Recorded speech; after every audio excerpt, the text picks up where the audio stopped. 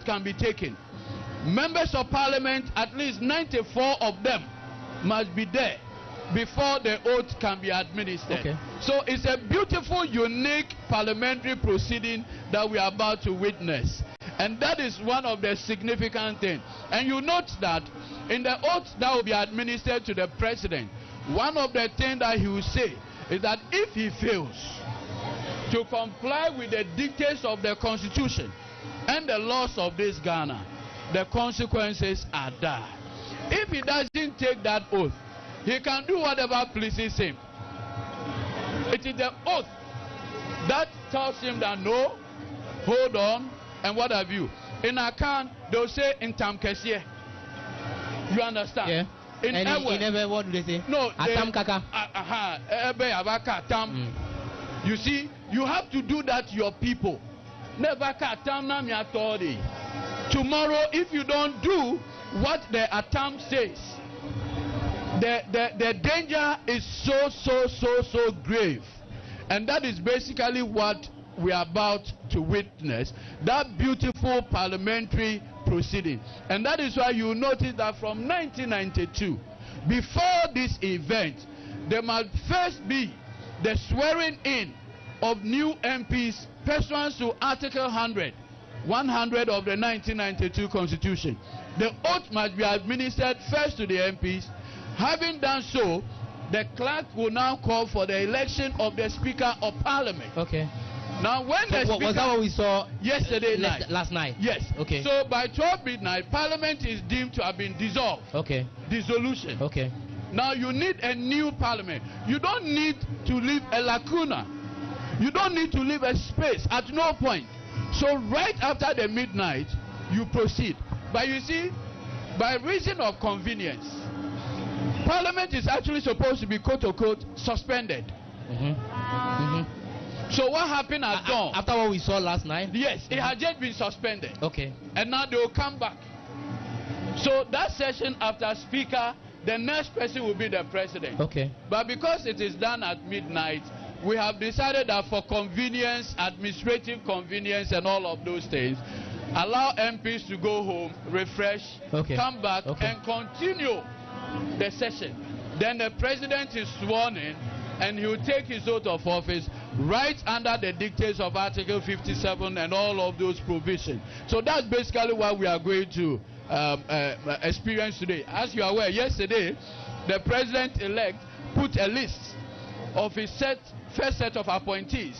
The distinguished Honorable Julius Debra, as the Chief of Staff. Yes, the distinguished Dr. Callistus Mahama, the quintessential public officer, Dr. Valerie, the experienced Dr. Callistus, all those individuals whose name came up yesterday, none of them can perform the responsibilities associated with that office unless today's event takes place.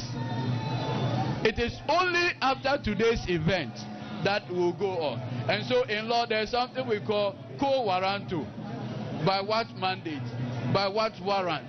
By what authority? So the thing that confers that authority, that vests, that executive authority in the president, it's not necessarily the vote. Okay. It is this event. Okay. So you can actually be voted for and you remain president-elect. But after today's event, so the Chief Justice will come and administer the oath. And you see the word that you repeat. That is what confers the authority in John Dramani Mahama. And thereafter, all the persons that he had named yesterday can now begin to exercise that authority. Until then, nothing is conferred on him. And so today's event is extremely significant. You mentioned the presence of 94 members of parliament. Yes. Why that number? You Why know, do you know that we have 276? We have 276 MPs. But what is required for a quorum? Okay. For the purposes of a proceeding is what we are about to witness. Do you get it? Yeah. It's about, so all you need, assuming that at the end of the day you can't find the rest of the MPs, what you need is 94 of them coming to do this ceremony. Because you see, in the wisdom of the framers of the Constitution, they anticipated mischief. Now, assuming on the flip side, MPP has 183 MPs and NDC has only 88. They can say no, they will not allow Parliament to sit. What will happen? Do you get it? So you see, in the wisdom of the framers of the Constitution, they anticipated all kinds of scenarios. You may have a day where you are president-elect, but you don't have the required MPs. Council, it's a bit of worry, and I'll get to you, Mauli, because we saw what happened in the 8th Parliament. Exactly. Where it was more or less like a hung Parliament. So in a case where a day comes and it switches, like you mentioned. One of the things I heard in 2020 was that the then President Nana-Addo was scared that with the nature of how hung that Parliament was, his swearing in may not even take place. So it's a serious matter, and that is why they have given that lower threshold for Parliament to be convened for the purposes of this. But thankfully, we do not have that scenario. We do not have that situation. Look, something happened. Don't you think that should be reviewed? Maybe. We might get there. You see, something happened in the US the last time. After Biden won, there's something called certification. You have to go to Senate. You need to go to Congress for the result to be certified. And it requires MPs and senators to do that. If you recall, Trump had a problem with his vice president. Yeah. Because at that time, Democrats and Republicans almost had an even set of numbers. So it was the vice then, Mike Pence, who decided to join the majority to do the certification in order for President Joe Biden to be sworn in. That is what led to the January 6th insurrection and all those matters. Okay. So those things are very, very, very important. The benefit we have is that we have, nice way, build a certain bipartisan conversation around our democracy. So we've not gotten to the point where a president who has lost an election says, no, I don't want my people to cooperate, among other things. Thankfully, John Dramani Mahama, His Excellency, is blessed to have 183 members of parliament, more than the 94 that is required for the purposes of having this kind of sitting for the investiture. So let's have it at the back of our mind that we are witnessing parliamentary proceeding this morning. Very well. Let me stay with you quickly again on this. Now, if you look at the arrangement itself, you mentioned that the president would have to swear to the Chief Justice. Why the Chief Justice and not the Speaker of Parliament? Okay, so for some unique reasons, remember that the Chief Justice is the head of the judiciary. Okay. Matters of law is reserved exclusively to the Chief Justice. Okay. To the judiciary. Okay. And the head of that entity is. It's also unique to appreciate this. In the wisdom of the framers of the Constitution, the Chief Justice is supposed to be non-partisan. Yeah. The Speaker is proposed by a political grouping. Okay. Okay. And so to have that person being the one administering the oath will be a bit some way.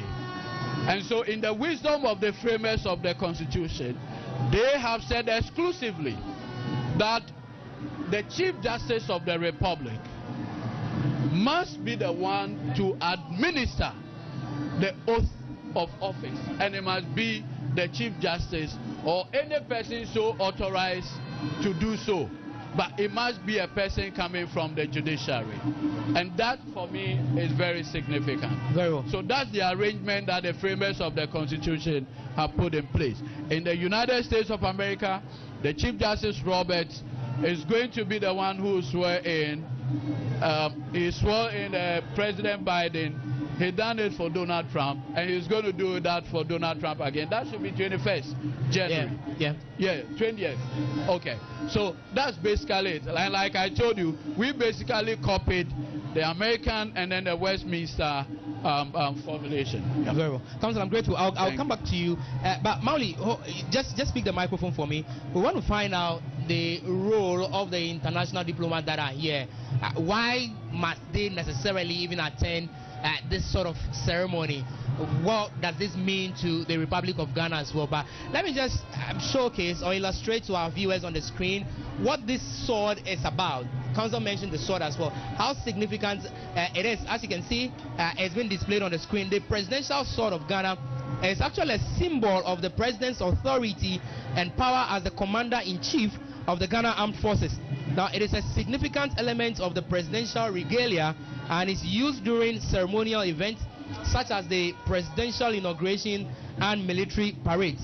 Now, let's look at the significance of this presidential sword. One, it talks about symbol of authority. What does this simply mean?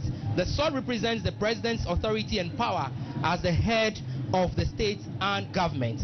Two, this represents him as the commander-in-chief. Now, as the commander-in-chief of the Ghana Armed Forces, the sword symbolizes the president's role as the supreme commander of the military.